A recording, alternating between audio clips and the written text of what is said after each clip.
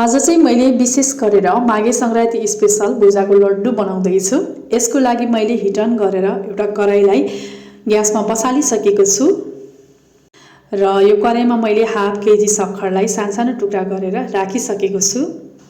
सक्खर राखिसकेपछि मैले यसमा 4-5 चम्चा जति चाहिँ पानी पनि राखिसकेकी छु र यति गरिसकेपछि अब यसलाई मिडियम हिटमा बिस्तारै चलाउँदै पकाउनु पर्छ। यहाँहरूले देख्न सक्नुहुनेछ सक्खर राम्रोसँग पग्लिसकेको छ। अब यसलाई म अझै एकैछिन पकाउँदै छु। यसलाई पाक्नको लागि खासै धेरै समय लाग्दैन। अब चाहिँ बिस्तारै सक्खरको कलर पनि चेन्ज भइसकेको छ, यहाँहरूले देख्न सक्नुहुनेछ। अब म यो सक्खरको पाकलाई थोरै पानीमा राखेर हेर्दैछु। यस्तो गर्दाखेरि चाहिँ सक्खर पानीमा घुलिएको छैन र यो हल्का हातले चाहिँ यसरी चलाउँदाखेरि चाहिँ डल्लो परेको छ भने चाहिँ सक्खर पर्फेक्टली पाकिसकेको छ भनेर बुझ्न सकिन्छ। अब म यसमा भुजालाई राख्दैछु।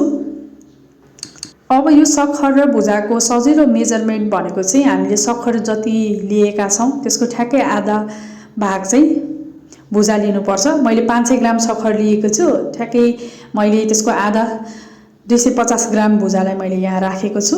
अब यसलाई राम्रोसँग मिक्स हुने गरेर चलाउनु पर्छ। अब सक्खरमा भुजा राम्रोसँग मिक्स भइसकेको छ। अब चाहिँ म ठिक्कको पोषण लिएर लड्डु बनाउँदै छु। अब यहाँ एकदमै ध्यान दिनुपर्ने कुरा चाहिँ सक्खर चिसो भइसकेपछि चाहिँ यो डल्लो पर्न गाह्रो हुन्छ। त्यही भएर यो मिक्सर तातो हुँदाखेरि नै लड्डु बनाएर सक्नुपर्ने हुन्छ।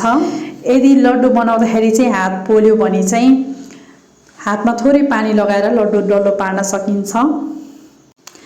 मैले सबै लड्डु बनाएर भ्याइसकेकी छु। यहाँहरूले देख्न सक्नुहुनेछ एकदमै राम्रो भुजाको लड्डु बनेर तयार भएको छ। यदि यहाँहरूलाई आजको मेरो रेसिपी मन परेको छ भने कृपया मेरो च्यानललाई लाइक, शेयर अनि सब्स्क्राइब गरेर मलाई सपोर्ट गर्नुहोला र आउँदै गरेको माघे संक्रान्तिको उपलक्ष्यमा यहाँहरू सम्पूर्णलाई धेरै धेरै शुभकामना पनि व्यक्त गर्न चाहन्छु। धन्यवाद।